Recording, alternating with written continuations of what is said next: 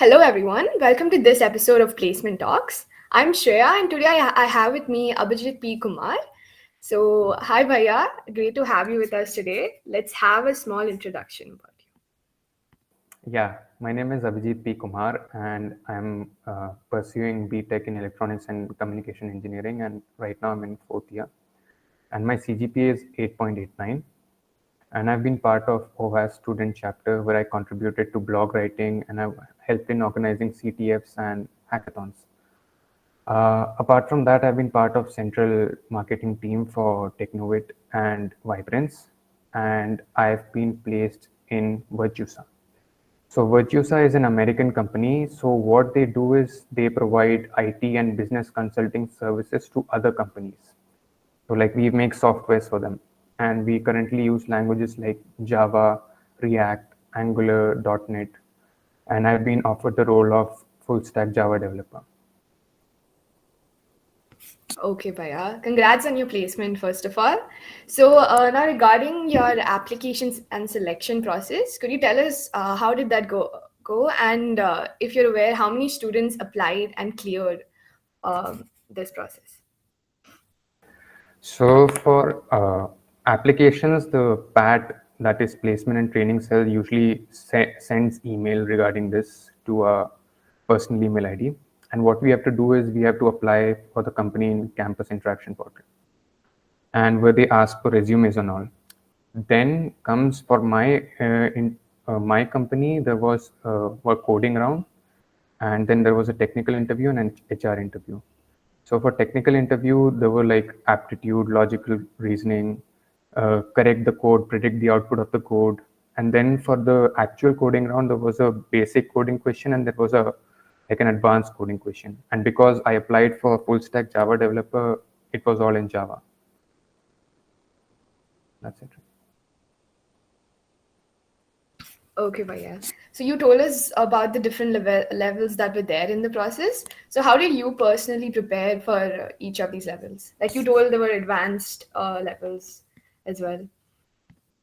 Okay, so I used three websites. One is Interview Bits, then is Geek for Geeks, and Lead Code. Out of all the three, I used Geek for Geeks the most. So what I did was there is a like a subdomain called practice.geeksforgeeks.com. So they have a bunch of questions, and you can filter them according to the company and all. And uh, what I did was like nobody told me this in the starting of the placement. Usually people said practice DS and all, but I don't think they usually ask DSA related questions in the coding round. They ask maybe one or two companies ask related to trees. I would say practice dynamic programming, and for that I think I wrote it here. So practice knapsack problems, that is 01 knapsack and unbounded knapsack, and then there is a problem known as longest common subsequence. So from my experience, a lot of variations of these questions came in the exam, not just Virtusa, but other companies also. And for interviews, they usually ask related to OOPS, that is object oriented programming. And in my case, they ask relating to Java. They asked abstraction, encapsulation, and all that. And yes, practice aptitude questions, practice work time related questions, simple interest, compound interest, don't neglect them. That's it. Okay, Bhaiya, you've told us a lot of types of questions, so that'll be really useful for us. So now coming to the technical and non-technical clubs, like during your time in college, how much effect do they have on your placement, like the clubs you're part of? I mean, like, if you're asking, as in, does the company care if you participate in these clubs? I don't think so, unless and until it is internationally recognized. But if you're asking, does it help in certain way? Yes, it absolutely does. So let's talk about technical clubs. So what happens is usually in first year or second year, like in my case, you don't really know what to do. For example, people will say make projects, but related to what? So technical club, what it does is it gives you a community of like-minded people, and they teach you stuff, they give you projects, activities, and they hold events which you can take part in. And as for the non-technical clubs, if you are, let's say, part of, for example, event management club, so what happens is you have to manage events, you have to talk to people, you have to, sometimes there are arguments, disputes and all, and you have to settle it. So in that case, it helps you to build your soft skills. So yes, in that sense, club does help, but like if I am the interviewer of the company, I'll probably not care much about the clubs. I'll only care what you have achieved from it. How did it shape you as a person? Yeah. Okay, Bhaiya. So you said like how being part of these clubs like give us these soft skills. So in our syllabus, we have soft skills as a subject itself. So how do you think does soft skills we study it for every semester, if I'm not wrong, until our fourth year? So does it actually like help during interviews with the skills we learn in this class? Okay. So controversial a little bit. I don't think what they teach in beginning they help a lot, but towards the end they teach things related to placements. So they teach aptitude related questions and how to make resumes and all. Don't ignore that. Like towards the end of your college life, they will focus solely on placements. They will teach you Java and all. Don't ignore that.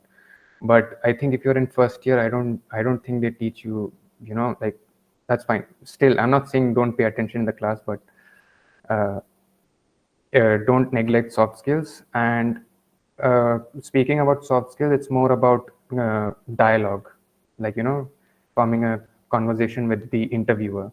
You should not be nervous. Even if you don't know, you just candidly tell them that you're not aware of it, but tell it in a like a positive manner, not like I don't know about it, I can't do anything about it. More like I don't know about it, can you tell me about it, something like that. So what else? Yeah, I think that's it. Okay, so we'll be careful to start listening to soft skill classes eventually. So, Bhaiya, you obviously you would have a resume by now. So, what are some tips you would like to give about building the perfect resume? And like in the resume, experiences, previous work experiences is one of the most crucial things. So, what is your opinion on that? Like during college, how to gain these experiences? Okay, so I'll just use my personal example for this.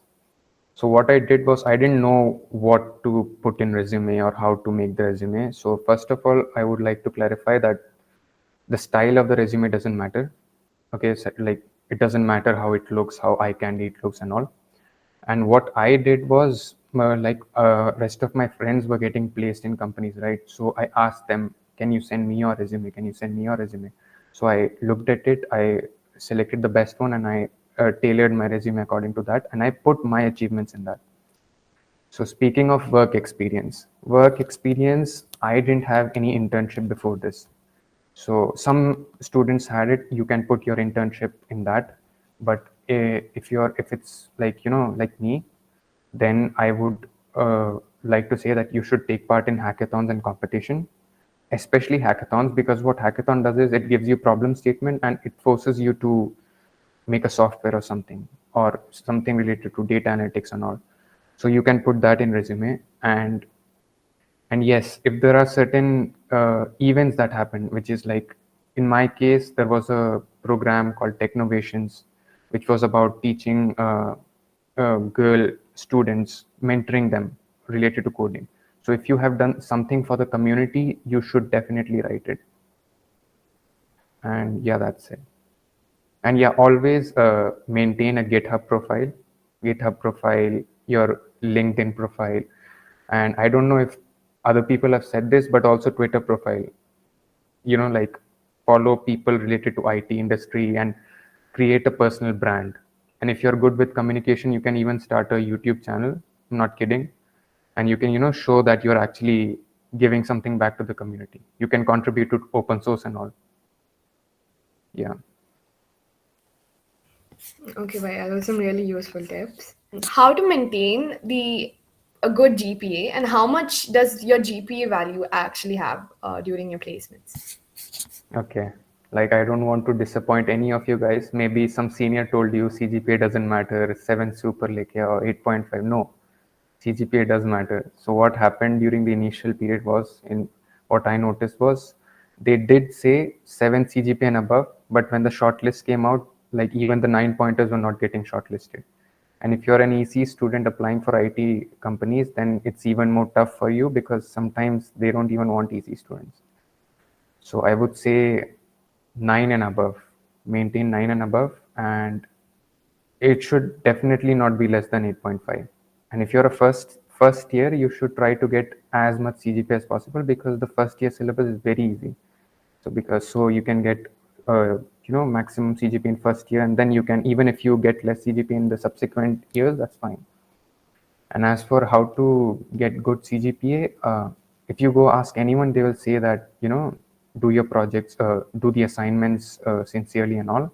And for CAT and FATs, I think you have to just study 1 week before. And because everything is online, and you have open book exams, so I don't think it should be that tough. 1 week before would be fine, and pay attention in classes. That's it. Okay, so CGPA is really crucial. Okay, well, now we have one of our last questions. This was actually from, we had a roadmap for freshers event recently, and this is from a fresher who had asked this, that apart from maintaining a good CGPA, what other particular skills are given importance for while you're applying for internships? So apart from maintaining a good CGPA, from what I've heard and what I've noticed is there are two paths. One is uh, the competitive programming. You can take part in competitive programming if you are interested, and you can have good profile in HackerRank, I think Code Chef. But I wasn't interested in competitive programming. What you can do the other way is making projects. So when I was, first, second year and all, I didn't know what to make. Okay, so people said, like I didn't have any idea what to make. I knew the languages and all, but other people were making some websites, like commercial websites and all, and I was like, but that's already there on the internet. So what you can do is take part in hackathons, like I said again, and they will give you a problem statement. And well, in you can make things related to that. And apart from that, yeah, maintain good, like contribute to open source and improve your soft skills. Soft skills is very important, and that's it, I think. Okay, Bhaiya. So this is just a final question. Do you have any other advice to the juniors? Well, first of all, pray to God that the campus gets reopened. Uh, my advice is for two kinds of audience. The first kind is first and second year. If you're in first and second year, chill out, don't worry. Take part in clubs, even if it's technical, non-technical.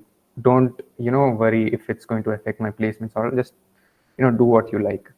And because everything is online, I don't know what else to give. I would have said explore opportunities, go around, and and all that. If you're in third year, I would say start focusing on placements. Don't be like me. Don't focus at the end. Start, I think, coding. If you're not good with DSA, start practicing DSA, sorting algorithms, and all that. And apart from that, you don't have to spend 24 hours in front of the computer. Just go out, enjoy the weather, exercise, talk to your friends and family, learn some new hobby. That's it. Enjoy life. You will get placed eventually. If you don't get placed in on campus, there is always off campus, right? You can refer, if you don't get placed in on campus, you can maybe ask your seniors to refer me to the HR if you have good profile. So keep contributing to open source, keep making projects, or participating in coding competitions.